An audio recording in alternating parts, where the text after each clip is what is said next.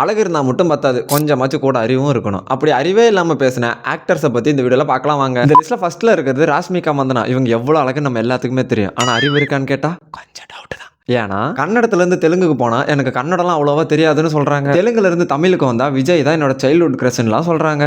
Favourite actor who do you have a கிரஷ்னா விஜய் சாருங்க. நீ ஊர்த்தமா உன் நல்ல மனசுக்கு நீ தான் ஜெயிப்ப. தமிழ்ல இருந்து ஹிந்திக்கு போனால் சவுத் இந்தியன் சாங்லாம் வேஸ்ட், வெறும் mass masala item number song மாதிரி தான் இருக்கும்லாம் சொல்லி உருட்டிட்டு சுற்றிட்டு இருக்கிறாங்க. In South we have all mass masala item numbers and all dance numbers. இதெல்லாம் பேர் எனக்கு தெரியுமா?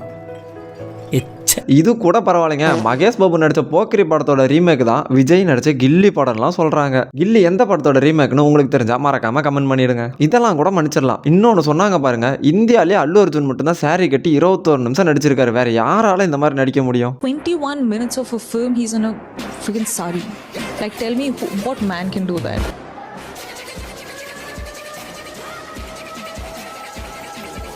இதில் ரெண்டாவதாக இருக்கிறது கீர்த்தி சுரேஷ். இவங்க ஒரு நெப்போ கிட்னு நம்ம எல்லாத்துக்குமே தெரியும். ஆனால் இவங்க அம்மாவும் ஒரு நடிகை தான். அவங்க பேர் மேனகா. ஒரு இன்டர்வியூவில் கீர்த்தி சுரேஷ் கிட்ட உங்கள் அம்மா நடித்த படத்தோட பேரெல்லாம் சொல்லுங்கன்னு சொல்லி ஒரு ஆங்கர் கேட்டிருக்காரு. ஆனால் பக்கத்தில் இருந்த தனுசு கூட 1-2 பேர் கரெக்டாக சொல்லியிருக்காரு. கீர்த்தி சுரேஷ்ட கேட்டால் எனக்கு தெரியல. இது கூட பரவாயில்ல. சாமி ஸ்கொயர் படத்தோட ப்ரொமோஷன் இன்டர்வியூ ஃபங்க்ஷனில் ஆங்கர் கீர்த்தி சுரேஷை பார்த்து நீங்கள் வெளிநாட்டுக்குன்னு போனால் எந்த நாட்டுக்கு போவீங்கன்னு சொல்லி கேட்டிருக்காங்க. ஆனால் கீர்த்தி சுரேஷ் என்ன மாதிரி ஒரு நாட்டோட பேரை சொன்னாங்கன்னு நீங்களே கேளுங்க.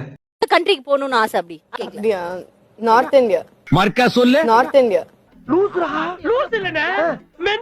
இதில் அடுத்தது இருக்கிறது ஆலியா பட். ஒரு இன்டர்வியூவில் ஆங்கர் பிரசிடென்ட் ஆஃப் இந்தியா யாருன்னு சொல்லி கேட்டதுக்கு ஆலியா பட் சொன்ன பதில் Who is the president of India? அடுத்தது கரீனா கபூர். கரீனா கபூர் கிட்ட இங்கிலீஷ் ஆல்பபெட்ல மொத்தமா எத்தனை கான்சனன்ட்ஸ் இருக்குன்னு சொல்லி கேட்டதுக்கு How many consonants in the English language? I don't know. I think about 9-10.